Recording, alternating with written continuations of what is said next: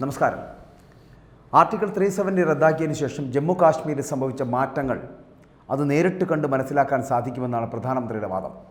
സംസ്ഥാനത്ത് വികസനം സാധ്യമായിരിക്കുന്നു, സദ്ഭരണമാണ് ഇപ്പോൾ കാശ്മീരിൽ നടക്കുന്നതെന്നടക്കം പ്രധാനമന്ത്രി പറയുകയാണ്. G20 മിസ് വേൾഡ് മത്സരം, ഫോർമുല 4 റേസിംഗ് ഉൾപ്പെടെ ഉള്ളവയ്ക്കൊക്കെ കാശ്മീർ ഇതാ വേദിയാകുന്നു. എപ്രകാരമാണ് ഇന്ന് ഇവിടം ഓരോരുത്തരെയും സ്വാഗതം ചെയ്തുകൊണ്ടിരിക്കുന്നത് എന്ന് നേരിട്ട് അനുഭവിച്ചറിയണമെന്ന് തന്നെയാണ് പ്രധാനമന്ത്രിയുടെ വാദം. ജമ്മു കാശ്മീരിൽ സംഭവിച്ച മാറ്റങ്ങൾ നേരിട്ട് മനസ്സിലാക്കാൻ ഞാൻ നിങ്ങളെ പ്രോത്സാഹിപ്പിക്കുകയാണ് എന്നാണ് പ്രധാനമന്ത്രി പറയുന്നത്. ഞാനോ മറ്റുള്ളവരോ പറയുന്നതല്ല, നിങ്ങൾ നേരിട്ട് ചെന്ന് മാറ്റങ്ങൾ അനുഭവിച്ചറിയണം. കഴിഞ്ഞ മാസം താൻ കാശ്മീരിൽ പോയിരുന്നുവെന്നും ഇതാദ്യമായി അവിടുത്തെ ജനങ്ങൾക്കിപ്പോൾ അവരുടെ ജീവിതത്തിൽ വലിയ പ്രതീക്ഷയുണ്ട് എന്നും വികസനം, സദ്ഭരണം എന്നിവയിലെല്ലാം ജനങ്ങൾ ഇന്ന് വിശ്വസിക്കുന്നുണ്ട് എന്നും ആർട്ടിക്കിൾ 370 റദ്ദാക്കിയതിനു ശേഷം തീവ്രവാദ പ്രവർത്തനങ്ങളടക്കം, പ്രതിഷേധങ്ങളടക്കം, കല്ലേറുകളടക്കം ഇവയ്ക്കൊക്കെ പകരമായി അവിടെ ഉണ്ടായിരിക്കുന്നത് ഡിജിറ്റൽ എക്കോണമി, സ്റ്റാർട്ടപ്പുകൾ, സ്മാർട്ട് സൊല്യൂഷൻ, സാങ്കേതികവിദ്യ തുടങ്ങിയവയെല്ലാം കാശ്മീരിൻ്റെ നെടുങ്കണ്ടുവിൽ ഇടം പിടിച്ചിരിക്കുന്നു. വികസനമാണ് കാശ്മീരിൽ സംഭവിച്ച പ്രധാന മാറ്റമെന്ന് പറയപ്പെടുന്നത്. 2023 മുതൽ 21 ദശലക്ഷത്തിലധികം ആളുകളാണ് കശ്മീർ സന്ദർശിച്ചത്. ടൂറിസത്തിൻ്റെ സാധ്യത കാശ്മീർ ഇപ്പോൾ പരമാവധി പ്രയോജനപ്പെടുത്തുന്നു. അക്രമ സംഭവങ്ങളിൽ ഗണ്യമായിട്ടുള്ള കുറവാണ് രേഖപ്പെടുത്തിക്കൊണ്ടിരിക്കുന്നത്. ബന്ധുക്കളും ഹർത്താലും കല്ലേറുമെല്ലാം ഒരു കാലത്ത് ജനജീവിതത്തെ സാരമായി ബാധിച്ചിരുന്നു. എന്നാൽ ഇപ്പോൾ അതെല്ലാം പഴങ്കഥകളായി, പഴയ കാര്യങ്ങളായി മാറിയിരിക്കുന്നു എന്നതാണ്. കാശ്മീരിൽ സ്ത്രീകൾക്കും യുവാക്കൾക്കുമെല്ലാം ഒരു പുതിയ പുലരി തുറന്നു കിട്ടിയിരിക്കുന്നു. സ്വത്ത് കൈമാറ്റത്തിലുൾപ്പെടെ പുരുഷന്മാരുടെ അതേ പ്രാധാന്യം ഇപ്പോൾ അവിടെ സ്ത്രീകൾക്ക് ലഭിച്ചിരിക്കുന്നു എന്നുള്ളതാണ് യാഥാർത്ഥ്യം.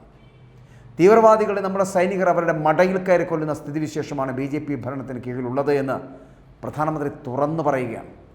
ശക്തവും സ്ഥിരതയുള്ളതുമായിട്ടുള്ളൊരു ഭരണ സംവിധാനമാണ് ഇപ്പോൾ ഇന്ത്യ ഭരിക്കുന്നത് എന്നുള്ളതാണ്. അതുകൊണ്ട് തന്നെ ഇനിയും മോദി സർക്കാർ അധികാരത്തിലെത്തണമെന്ന ആവശ്യമാണ് രാജ്യത്തുടനീളം കേൾക്കാൻ സാധിക്കുന്നത് എന്നുള്ളതാണ്. രാജ്യം ഭീരുക്കൾ ഭരിച്ചിരുന്നപ്പോഴൊക്കെ തീവ്രവാദികൾ ഇവിടേക്ക് നുഴഞ്ഞു കയറിയിരുന്നു.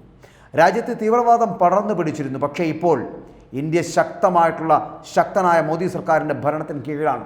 തീവ്രവാദികളെ നമ്മുടെ സൈനികർ അവരുടെ മടയിൽ കയറി കൊല്ലുന്നതാണ് നമുക്ക് കാണാൻ കഴിയുന്നത് എന്ന് തന്നെയാണ് മോദി പറയുന്നത്. ദുർബലരായിട്ടുള്ള കോൺഗ്രസ് സർക്കാരിന് അവരുടെ ഭരണകാലത്ത് ഇന്ത്യയുടെ അതിർത്തികളടക്കം, അല്ലെങ്കിൽ അതിർത്തികൾ ശക്തിപ്പെടുത്തുവാനുള്ള കഴിവില്ലായിരുന്നു. നല്ല ഒരു റോഡ് പണിയുവാനോ അവിടേക്ക് സൈന്യത്തെ വിന്യസിക്കുവാനോ കോൺഗ്രസിനായിരുന്നില്ല. എന്നാൽ ഇപ്പോൾ സ്ഥിതി അതല്ല. അതിർത്തികളിൽ നല്ല റോഡുകളും ടണലുകളുമൊക്കെ നിർമ്മിച്ചു കഴിഞ്ഞിരിക്കുന്നു. അതുമാത്രമല്ല, രാജ്യത്തു നിന്ന് അഴിമതിയും കള്ളപ്പണവും തുടച്ചു നീക്കുവാനും കൃത്യമായി നമുക്ക് ആയി എന്നുള്ളതാണ്. ഇതിൻ്റെയൊക്കെ ഒരു ദേഷ്യമാണ് പ്രതിപക്ഷ പാർട്ടികൾക്ക് തന്നോടുള്ളതെന്ന് മോദി തുറന്നു പറയുന്നു. ഒരു രാജ്യത്തെ ഒരാൾ നന്നാക്കിയെടുക്കുമ്പോൾ അതിനെതിരെ പ്രവർത്തിക്കുവാൻ കഴിയുന്നത് ഒരുതരം മനോരോഗമാണ്. കാശ്മീർ പോലൊരു സുന്ദരമായ ഭൂമിയിൽ ജനങ്ങൾക്ക് ഇറങ്ങി നടക്കാൻ കഴിയാത്ത ഒരു സാഹചര്യം ഉണ്ടാക്കിയതിൽ നിന്നും വ്യത്യസ്തമായി സ്വതന്ത്രമായ ഭൂമിയിൽ ഇങ്ങനെ വളരെ സുഖസൗകര്യങ്ങളോടുകൂടി കഴിയാൻ ഇപ്പോൾ കഴിയുന്നു എന്നുള്ളതാണ് ആർട്ടിക്കിൾ 370 റദ്ദാക്കിയതിലൂടെ കശ്മീർ എന്ന് പറയപ്പെടുന്ന സുരഭില സുന്ദര ഭൂമിക്ക് ലഭിച്ച വാഗ്ദാനം എന്ന് പറയപ്പെടുന്നത്. വലിയ സ്വാതന്ത്ര്യം അവർ ആഘോഷിക്കുകയാണ്.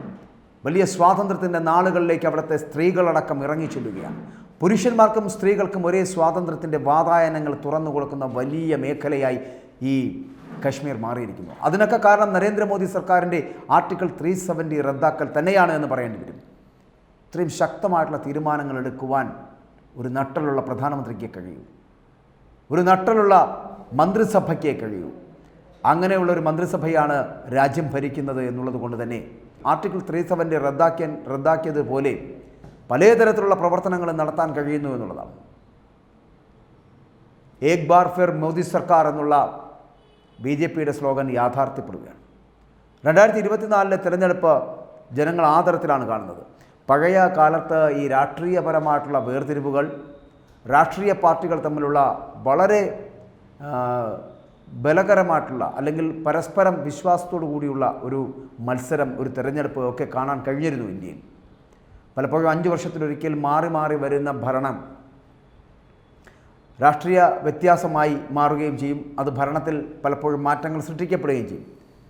പക്ഷേ അത്തരത്തിലുള്ള മാറ്റങ്ങൾ ജനങ്ങൾ ആഗ്രഹിക്കുന്നില്ല എന്നുള്ളതിൻ്റെ സൂചനകളാണ് 2014 മുതൽ ഇന്ത്യയിൽ നടന്നുകൊണ്ടിരിക്കുന്നത്.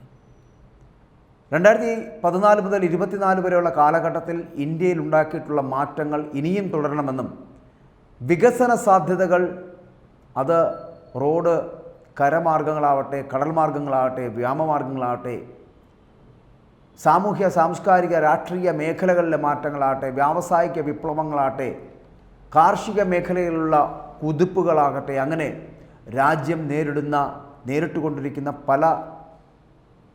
പലതരത്തിലുള്ള പ്രതിപ്രവർത്തനങ്ങളിൽ നിന്നും മാറി ചിന്തിച്ചുകൊണ്ട് മുന്നോട്ട് പോകുവാനുള്ള കരുത്ത് നേടുന്ന, വികസന സ്വപ്നങ്ങൾ മുന്നോട്ട് വയ്ക്കുന്ന, ആ വികസന സാധ്യതകളെ ചൂഷണം ചെയ്തുകൊണ്ട് മുന്നോട്ട് പോകുന്ന ഒരു സർക്കാർ, ആ സർക്കാർ കഴിഞ്ഞ 10 വർഷമായി ഈ രാജ്യം ഭരിക്കുന്നു. അതിൽ നേട്ടങ്ങളുണ്ട് എന്ന് ജനങ്ങൾ വിശ്വസിക്കപ്പെടുന്നു.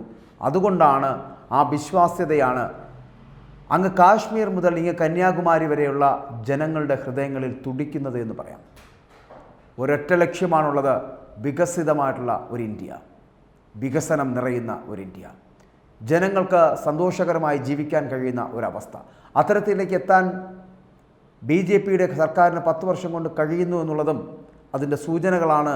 ഞങ്ങൾ ഈ വികസിത രാജ്യത്തിലേക്ക് അടുത്തുകൊണ്ടിരിക്കുന്നു എന്നുള്ളതിൻ്റെ സൂചനകളാണ് നൽകുന്നത് എന്നുള്ളത് കൊണ്ട് കാശ്മീർ മുതൽ കന്യാകുമാരി വരെയുള്ള ജനങ്ങളുടെ ഹൃദയങ്ങളിൽ മന്ത്രിക്കുന്നത് ഒരേ ഒരു മന്ത്രമാണ്: ഏക് ബാർ ഫിർ മോദി സർക്കാർ എന്നുള്ളത്.